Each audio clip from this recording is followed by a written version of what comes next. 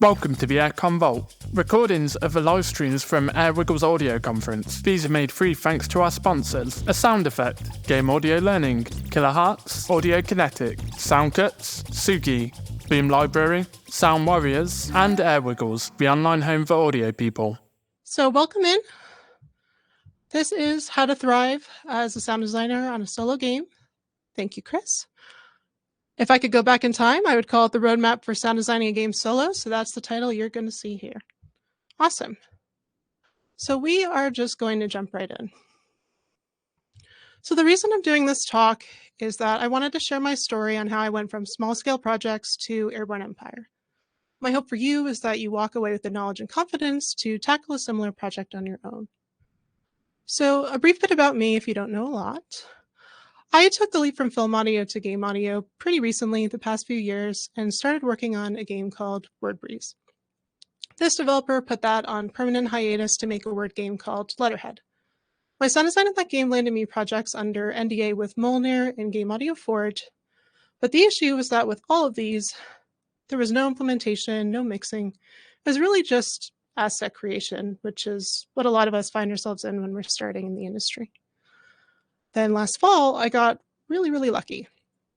The Wandering Band found me on Twitter, the Game Designers Act specifically, and asked if I wanted to do the sound design for Airborne Empire.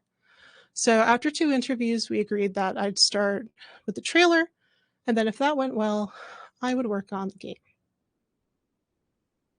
So once I joined the team, it was clear that I'd take on many new responsibilities. This led me to ask my first big question. How do we establish the audio direction of a game when we've deferred to others to define this in the past? This was pretty intimidating since I'd never done it before, but I figured, okay, what I can start with is documentation, figuring out what they have available, and then going into meetings with the developers. So, to scope the game properly, I needed to understand the context in which the game was being created and who was making it. I found out that the Wandering Band was co-founded by industry veterans who worked on Battlefield together. They joined forces because they wanted the freedom to work on whatever games they'd like, and for them that was a city builder called Airborne Kingdom. Airborne Empire came after Airborne Kingdom because it did so well. Since the developers I'm working with might be watching, I will also tell you that it is available to play now for free at Steam Next Fest, and that you absolutely should. So their previous game, Airborne Kingdom, was nominated by BAFTA for Best Debut Game, and its sound design was by the composer for both games, Paul Aubry. You'll hear a bit of his work with my work later in the talk. So the team had specific expectations of me coming in, of course. The main ones were to do the sound design and all the implementation for the game. They wanted to save their systems programmer time and headaches throughout development by giving him less work on the audio side. They also wanted someone to implement the music since Paul would not be working in engine. Because this game is full of hyper-intelligent birds, as you can see on the bottom, that is our balloon vendor, who are fending off pirate crows that want to destroy them, our team wanted to prioritize the combat sounds and the bird sounds first. Since I'm a birder in real life, this was very exciting to me. Replacing the sounds from the previous game was their lowest priority, since they already existed. So you may recognize some of the team's references here. I think we've played and seen a lot of them for sure. And when I got these, I was really frightened. I was afraid that they wanted the same quality that these sound designers could produce, and I just knew I didn't have that skill set yet. But what I realized after talking to the devs was they weren't expecting this exactly. They just wanted to emulate those styles. I made sure imposter syndrome didn't stick around too long, and also just let them know, this is what I've done before, this is what I haven't.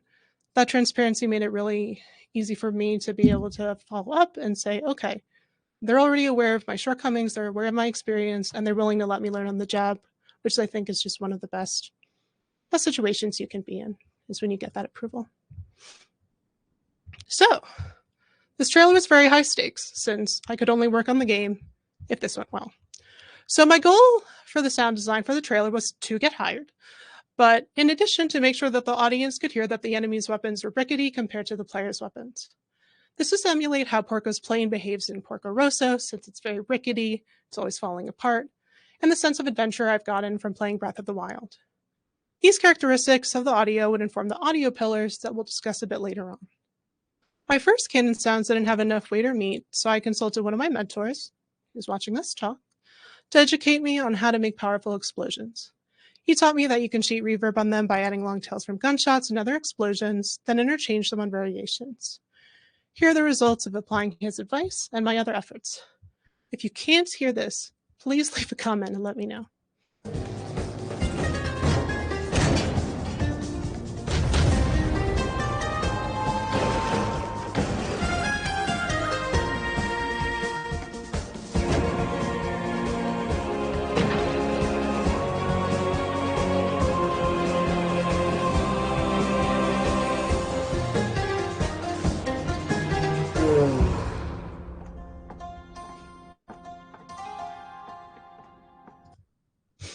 So for all these clips, if they are from YouTube, they will stop abruptly, and as a sound designer, that's just really damaging, but that's what we're going to have to work with. I also want to warn you that I have not figured out how to change a slide without this briefly playing again. So you're just going to hear things a few times. Let's see if I can do it now. Yep, nope. Nope. Okay. Cleared it. All right, moving on. So from here, I needed to scope the game to figure out where to begin with the sound design. I spoke with Fred, our systems programmer, to learn what audio tools we already had in place. He's very beloved on our team, which is why our QA tester put his face in Red Alert and made it Fred Alert too.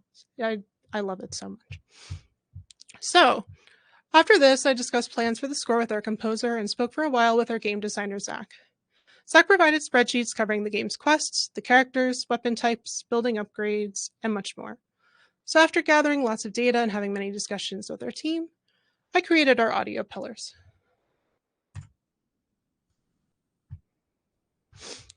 So these audio pillars served as a template for creating a cohesive soundscape in a specific style. I consulted an audio director on the best way to depict this to the team, and he recommended a Miro board. So even though it's kind of hard to see here, that's what the diagram is. So these pillars were design guidelines that encouraged a cohesive soundscape, tone, and style throughout development. The clean player and decrepit enemy audio pillars contrasted each other by subtly revealing how well these factions maintain their weapons. These attacks, impacts, and movements were not meant to be serious, but to be more toy-like and cartoonish. I took the advice I got from that audio director at EA and made sure that our developers could also collaborate if they wanted to. This didn't really happen too much, but at the very least, they weighed in and said, no, this is not what we want. Actually, we want informative first UI over style, that kind of thing. So I won't go too much into each audio pillar here since we'll kind of discuss it later on, but here's an example of how we used bird calls to identify if it's day or night and weave them into the enemy defeated cries, which again are crows.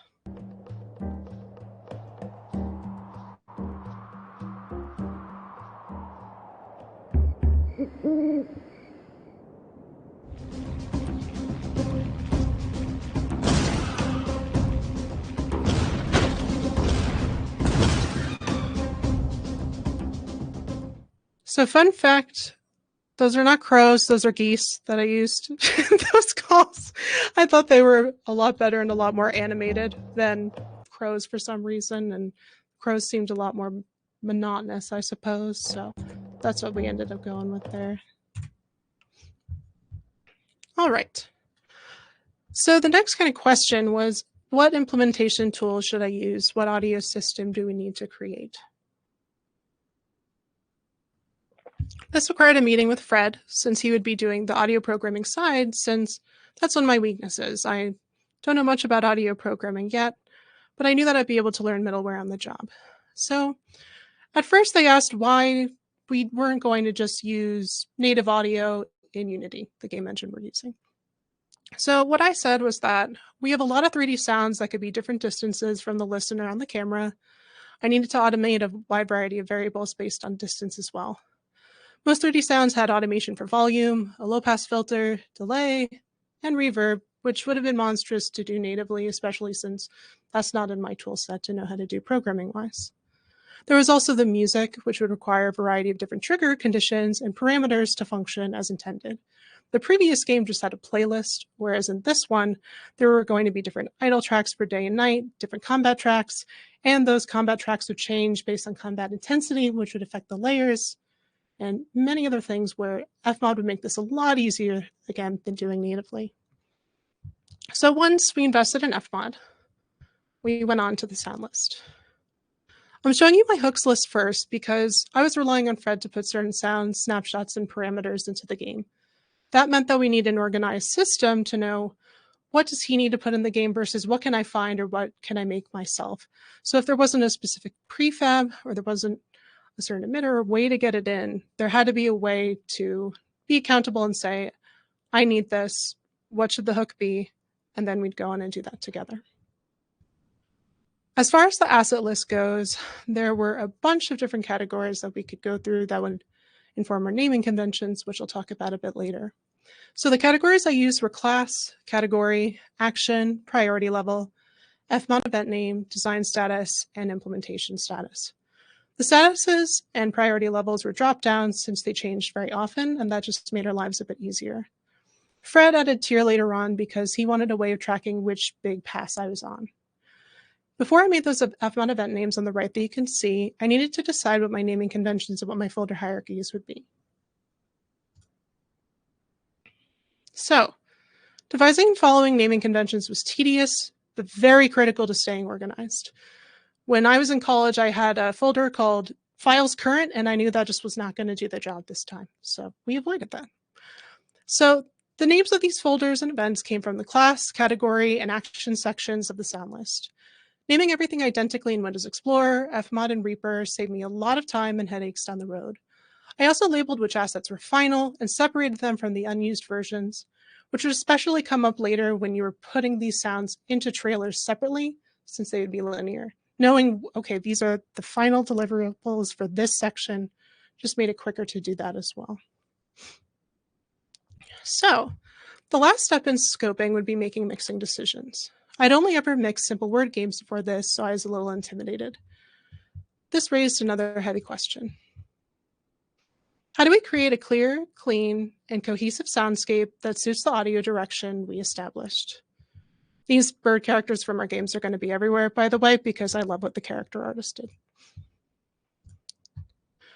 So, creating mixing pillars would have a huge influence on my sound design because it determined which frequency ranges groups of sounds will have, how loud I would render certain groups of sounds, and which effects would be applied to certain groups in real time. This would allow me to create a bus structure that suited our desired behavior early on. I only know this because I frantically read Alex Rivier's book, Game Audio Mixing, which was a game changer. That book teaches you how to find mixes you want to emulate, so I did that.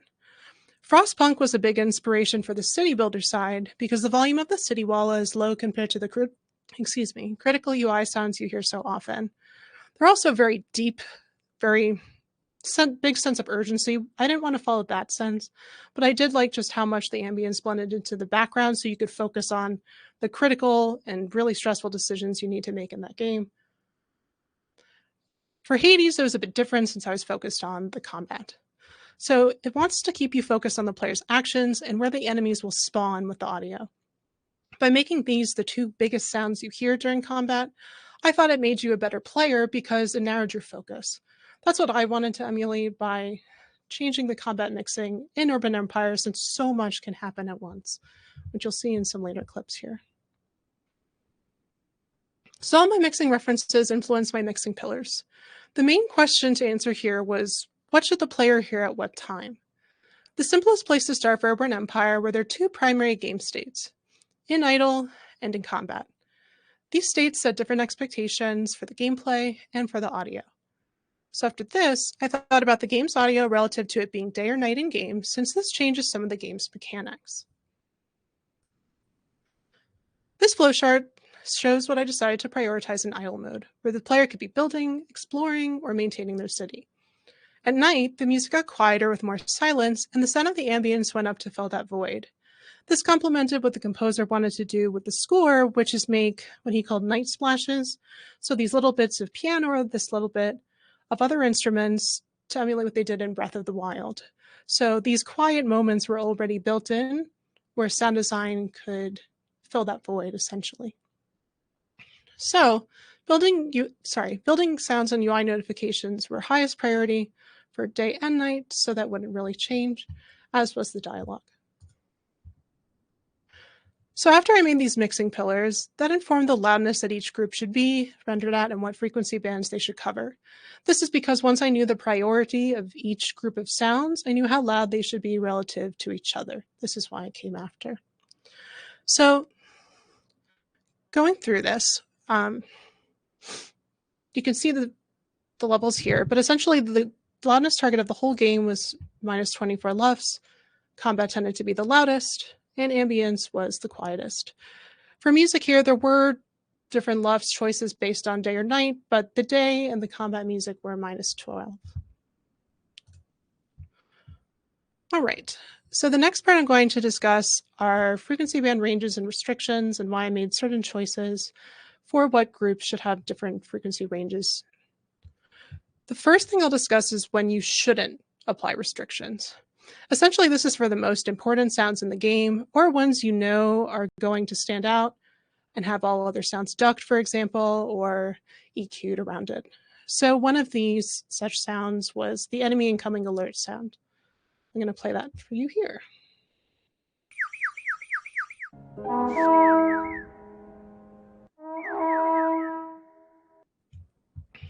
All right. Switching a slide that has video on it. All right. So for the lows, that's what we're going to discuss next. The rest of the sounds are broken up into their frequency ranges that should be emphasized the most. Sub and bass were used to make certain objects feel heavy, large, and powerful. Only shots fired from the highest damage weapons and their impacts were on the sub level, whereas bass was reserved for cannons, our building placement sound, and the start game button. I'll show you the building placement sound next.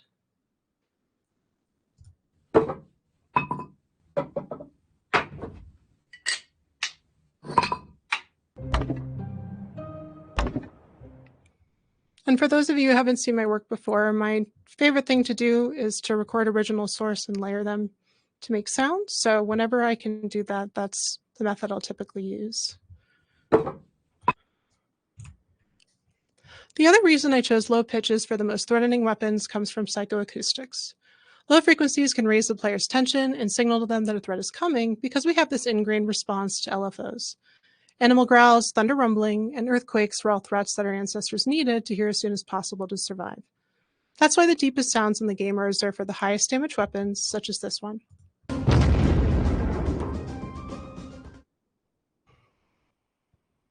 All right. No one just make a compilation clip of me messing this up, please. Okay.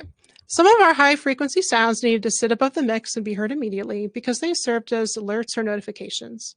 We register high frequencies more quickly than other frequency ranges, which is one of the reasons ambulances and sirens use them in real life. The theory behind our early registering of these frequencies is that our young cry in high-pitched wails, so it's our survival instinct telling us that these sounds are important. Knowing that high frequencies are fatiguing and seem louder to us than they actually are, I made sure they were used sparingly. The most frequent high-pitched sound you'll hear is our building complete notification. Oh, you will not hear that, but I can post that in a chat after so you can hear it. Fascinating. Okay. Our mids were used for a wide variety of sounds. When the player was not in combat, I reserved these sounds for placing paths down, small buildings, city mechanisms, and more. In combat, there was a stricter separation between frequency ranges because of how many different sounds we had. I kept the movement of enemies in that mid-range as well as the shots of our later cannons. An example of these mids are in the aircraft movement sound.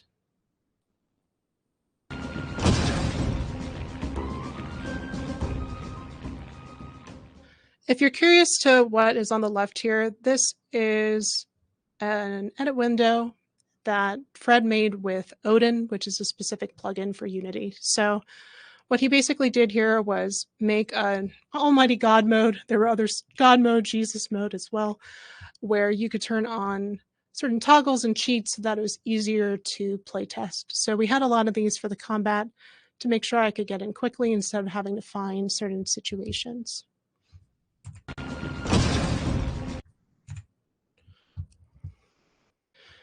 So we're going to talk about early bus structure decisions a bit because I feel like this is not talked about as commonly and can be a bit of a difficult section, especially as someone transitioning from no implementation, no mixing work to all the implementation and all the mixing work.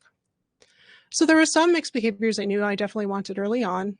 For the alerts group to sidechain the parent music group, for the music to be low pass when the player presses pause, and that different groups would be muted in the start menu versus gameplay.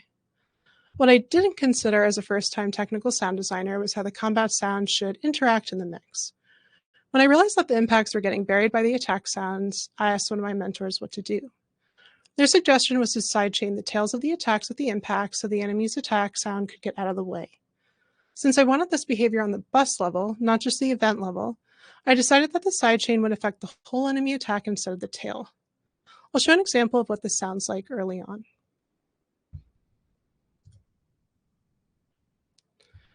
So, by this time, I feel like I'm doing pretty well. Things are going smoothly. It's not taking too many revisions for each, despite kind of having the fear of learning on the job. We're able to do that and slogging through music implementation. Things are smooth.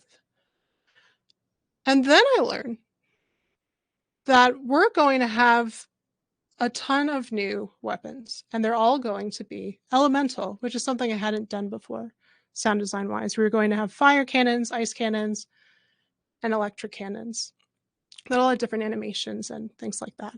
So, because I wasn't expecting this, and because this was such a surprise, this is going to kind of lead us into our last big question.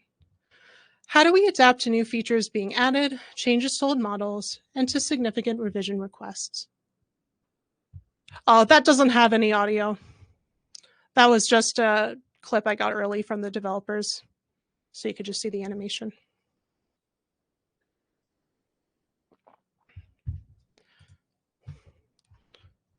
So, what I learned from this challenge was that communication with multiple departments was key, as is determining the essence of the feedback you're getting. What the Elemental Weapon meeting taught me was that I needed to be more proactive about learning how the game was evolving. I scheduled weekly meetings between the game designer, composer, systems programmer, and myself to address this. Keeping up with the context behind different story decisions and art updates made it easier to support the narrative while updating the sound list. In short, these meetings prevented most new features from being a surprise, although this can be inevitable. Those meetings were also an opportunity to discuss my limits. It was only learning FMod on the job that I determined what it couldn't do and what I couldn't do.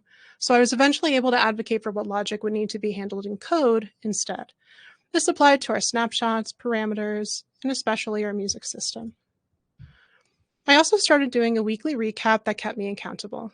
This documentation allowed the team and I to discuss what we believed were the highest priorities for the following week so we could stay on the same page. There are often assumptions I'd have about what we should do next that were wrong, so this was very helpful to stay on course and to also make sure that all the developers kind of knew what I was going to do the next week and what to expect. I think just eliminating any sort of possibilities or ambiguities is really important, especially when you're the only one working on the sound design. So the last thing I'll discuss before we go back to the elemental weapons is debugging. This was stressful when I first started out because I was afraid I wouldn't be able to fix certain bugs. When you're just throwing assets at a wall, this isn't something you run into because you're not the one in engine. But thankfully, this fear went away with time and experience. What I found most helpful was recreating the bug in video so that our QA tester, Fred, could see it. And if Unity's debugger didn't specify the cause of the bug, I checked for any unintended behavior using FMod's profiler or the sandbox. This would also check any assumptions I had about why a certain bug was being caused, because when I was early on, I would just jump the gun and say, you know what, I bet it's this, and then that would affect how I debugged, because I wasn't just trying to recreate it and check for different ways. I already made my assumption, I was trying to confirm it. So taking that out of your head and just saying, let me see exactly what is or isn't happening with the profiler, or testing something in FMod to know this is definitely an FMod, or this bug is definitely not an FMod, was a big help. So after all that housekeeping, it was time to apply what I learned to creating the elemental weapon sounds. Normally I'd use the custom editor that Fred created with Odin that you saw earlier, but these weapons weren't in there yet. So I found early test clips of them from our Slack's art channel and made mock-ups of the weapons from those.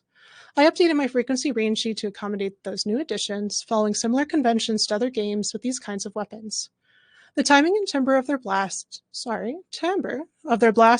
meant to remind the player of a chimney for fire, thunderclaps for lightning, and cold wind blowing for the ice projectile.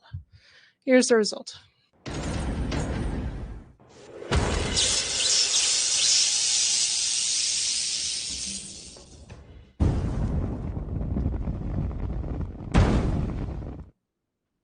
Ta-da! Not ta-da. Okay. So, I thought the elemental weapons would be the big revision request and that I wouldn't get any more here. I thought, okay, I'm done with Combat 4 now. We'll put it aside. We'll go to the bird sounds. We'll go to the UI sounds. But this is not the case. I ended up having a big meeting with the developers, and they mentioned that now that more of the sounds were in the game and the style of the art was changing, that the style of the audio wasn't really working anymore. The weapons sounded too toy-like and small. And I asked them for examples, and they pointed to the impacts I had. They were very pink, punk, punk, so that they could stand out, those higher frequencies, so you could really hear them. But that's not what they were looking for. So I felt two ways about this. The first one was that I failed because it was months of work. But the second was that I succeeded because one of our audio pillars was cartoonish combats, and they said it sounded too cartoonish and toy-like. So it didn't really matter which one was right. I just knew I had to change styles quickly and that I had a lot of work and catching up to do. So that's what this next section will be about. Our new style would require new references to draw from, so I created a shared playlist of the team for every relevant one we could think of. This was really helpful because it got all the key players to contribute their thoughts and what they wanted to emulate instead of feeling like it was getting lost in the ether, essentially. So they would point to different ones having different attributes they wanted me to do. Like for the Last of the Mohicans, for example, they really liked how powerful the cannon sounded, how realistic the cannon sounded. And in Anno, they really liked the low-end sound of the ship's big missiles. So for the ship in our game, I knew, okay, that's something I can certainly do. So after looking at all this, all the references, going back in our meetings, all my notes, I had to figure out how I wanted to interpret and incorporate their feedback to do minimal revisions, to be as efficient as possible. So I realized that the weapons need to sound more powerful and intimidating, of course, that they did want more realism without it becoming Call of Duty, which would be too far in the other direction, and that I need to make different sound design and implementation changes across the board so that they would all still feel cohesive. Completely unrelated, but we have constellations in the sky of our game, and they're very nice, and you should look at them. All right, so the first change that I made was increasing the wet signal of the reverb send for these weapons based on their power level. I'd also cheat reverb into their tails to communicate how massive that sound was. Second, I changed the automation of the low-pass filter of the combat sounds to be steeper over distance. This made farther away weapons feel more threatening than before, even though it wasn't as realistic. Third, I increased the width and size of these sounds with Fmod's Object Spatializer. This made them take up more space than before. And as someone pretty new to Fmod, I didn't really appreciate how big of a deal this was and this was. So, yeah, that helped way more than I thought. And finally, I chose some different layers for these sounds and separated many of them into transients, bodies, and tails when exporting. I should have already been doing that, but was initially intimidated by the process, since I found it difficult to sometimes maintain the full sound while exporting the different sections, like it would somehow get lost or they would compete when they were chopped up. So here's how the combat sounded before and after those revisions. I pulled the first part from an early demo reel and the second clip from this week. You may be able to catch that the impacts are sidechaining the attacks in this clip as well, but hopefully it's subtle enough where you don't.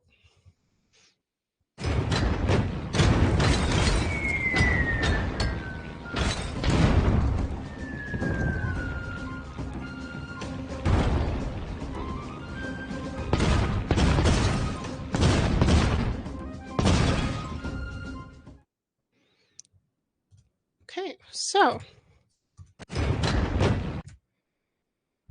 that might be the last time you have to see me struggle with that.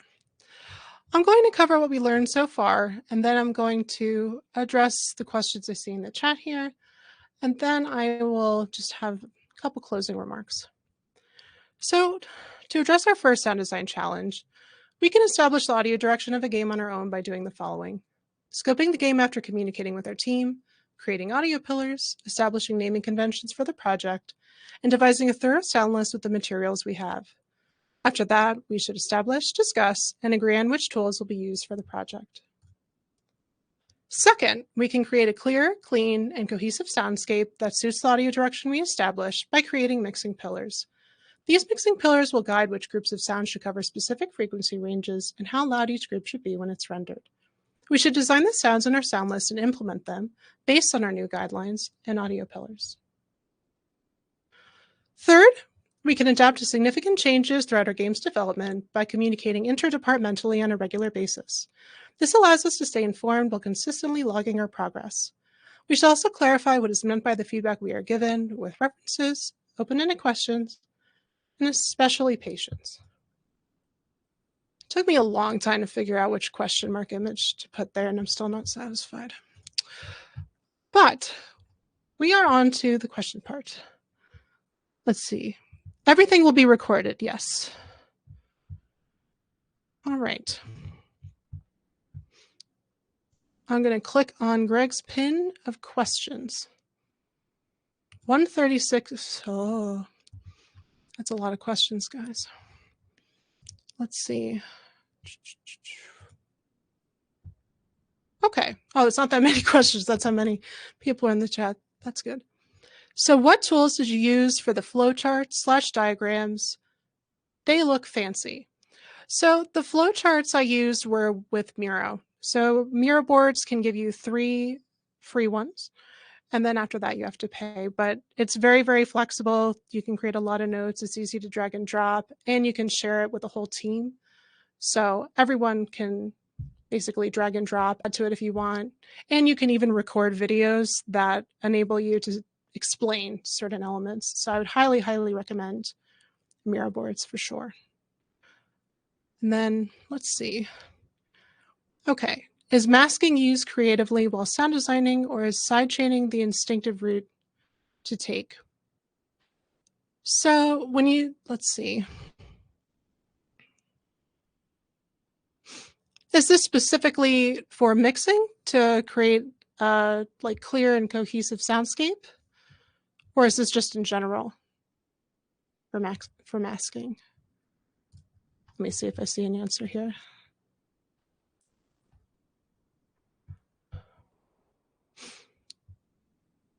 Okay, I'm not quite sure when in the process you mean, but for my purposes, the sidechaining was mainly used for mixing to create more space in the mix to hear everything clearly. So when I was just having the plain sounds and the gunshot fire, because the impact is happening basically near instantaneously afterwards, when they're both going at the same time, there would be this loss of clarity. You wouldn't know, was that one sound? Was that the plane getting hit? Was that the attack? And that confusion is just going to distract a player. So the side chaining was used to make sure you hear the gunshot, but you also hear the impact. And if the gunshot's no longer relevant, that tail or the rest of it can be reduced in volume. It can come out. So it's more, side chaining for me was more of a way of prioritizing what should be heard at what time and why. Basically highlighting what is the most important sounds or sound that needs to be heard, and how can I facilitate that with my mixing decisions and my bus structure.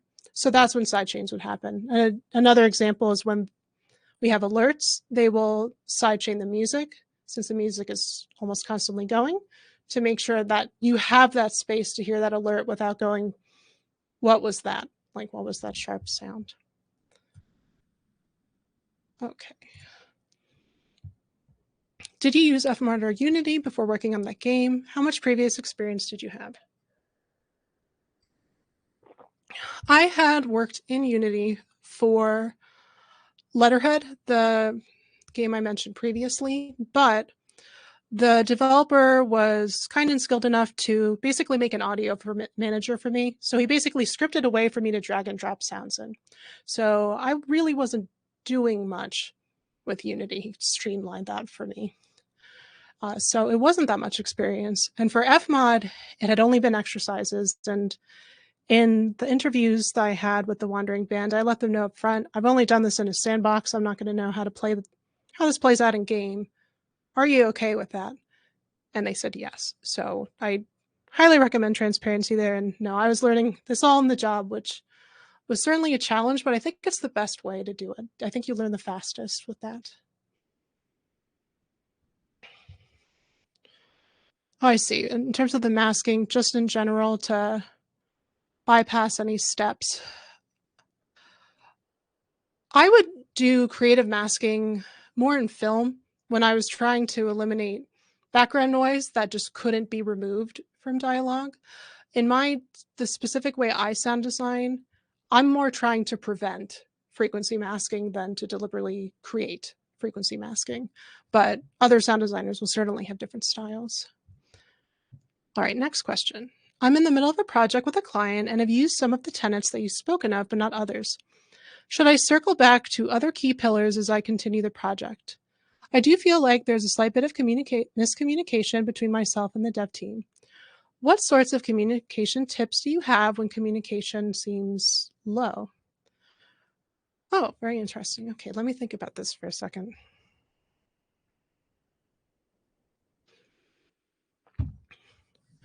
So it would depend where the miscommunication is, whether it's in asset creations, like you're creating sounds and that's not what they asked for, or there's too many revisions, like they're not being approved, or if it's something like you're not sure which features are going into the game or what general direction or style they want. I think if it's style, going back and inviting them to make those audio pillars with you can be very useful.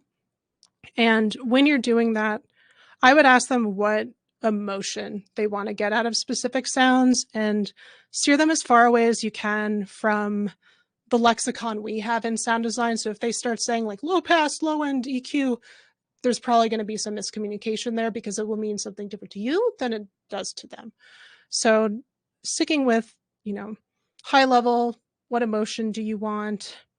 Priority, in this moment, what is most important to you?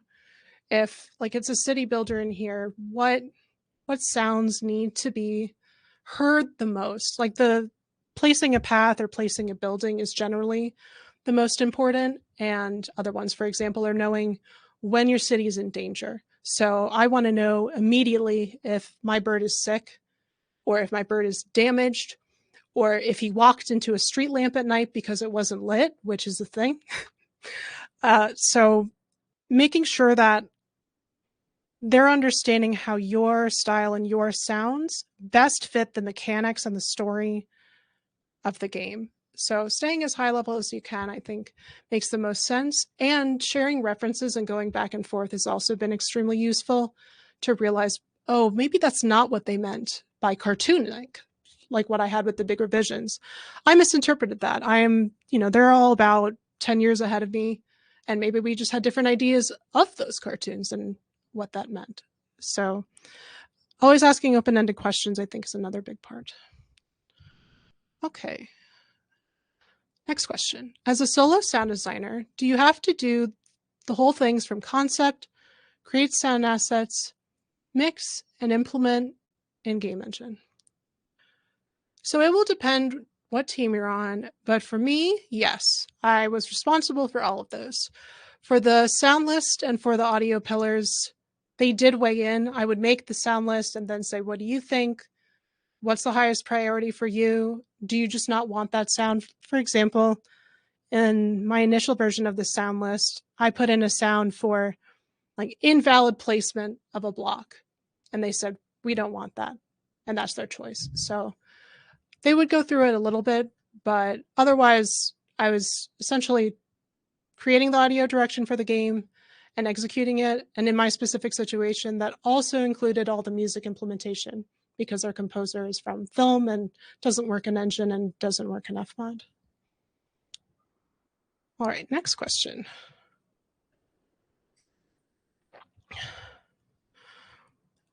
What compression format did you use in game to reduce the weight of the assets? And what approach did you use to reduce the computing processes in FMOD? So far, the CPU and RAM cost has not been very high with what we have.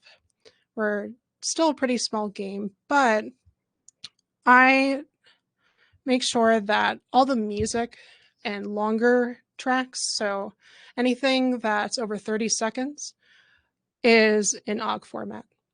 And I'll throw that right in. And then everything else is WAV and then will be auto-compressed upon loading. I will say that the more assets we have in, the worse idea that will be, because there is a CPU cost for auto-compressing and upon loading. But so far, this has been okay. So having that, the OGG format for the longer tracks, and then having OGG and then quality 50% in FMOD is how we maintain that so far. Okay. What about formatting multiple channel audio? So since we're a city builder and we're only going to be released on PC, our target is going to be headphones. The team said that a very, very nice to have would be a binaural mix, but I told them let's get the stereo mix first. So right now we're just going to focus on stereo, but that's just because that's what most of our audience is going to have. But we'll see later on if different mixes are more suitable, but for our purposes, I don't think 5.1 or 7.1 would make sense. Okay. Did you work on delivery platforms and did variations in the implementation? So we're just going to be on PC. I do have different variations, and depending on the sound asset, it depends on how those variations are made. Some are made in the DAW, and I use Reaper and brought in. And then for others, I'm modulating certain variables, such as pitch in FMOD, to make those variations. So it's just a matter of how well can you actually hear if those are variations. Sometimes the pitch modulation in FMOD isn't going to cut it, and then I make those changes. Okay. As a solo sound designer, did you experience fluctuations of imposter syndrome? If so, do you have any advice to overcome it? I didn't experience fluctuations. It was there the whole time and still is. So what I do to address it is realizing that most of the people that have it, it's because they care, one, but also because they know enough to know what they don't know, which is actually an asset. So if you're passionate enough to keep wanting to improve and to know what you don't know, you can fill those gaps. And I think that's a really important step to take and a mindset to have, to know it's okay if I feel like I don't belong. Everyone does at every level.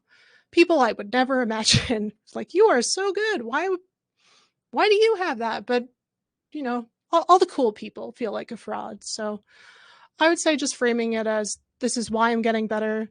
This is why I'm learning. It's okay if I feel that, as long as I have discipline and continue to do the work is the most important step to take. That might be the end of the questions. Does anyone have any more? If not, I'll go into my closing remarks here.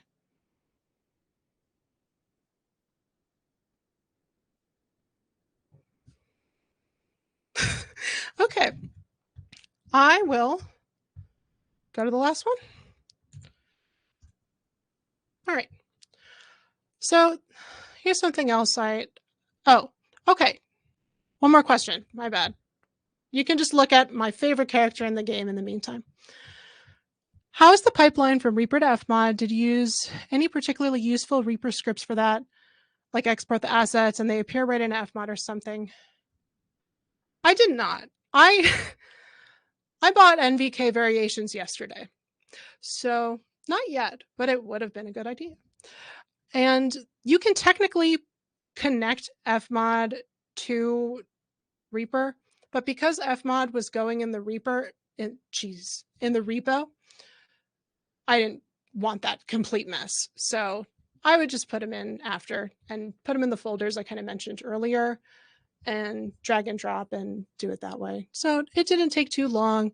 I think the only one I used was reblocks to be able to export them all at once.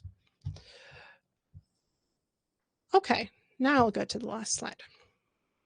So I asked a lot of people for advice during this project. Like I said, I'm still pretty new. I'm still learning, and everyone's help really shaped my sound design and audio direction, making this talk possible. So I really want to thank everyone on here, but especially Chris Parker, Akash Lakar, and David Zach for the advice they gave me.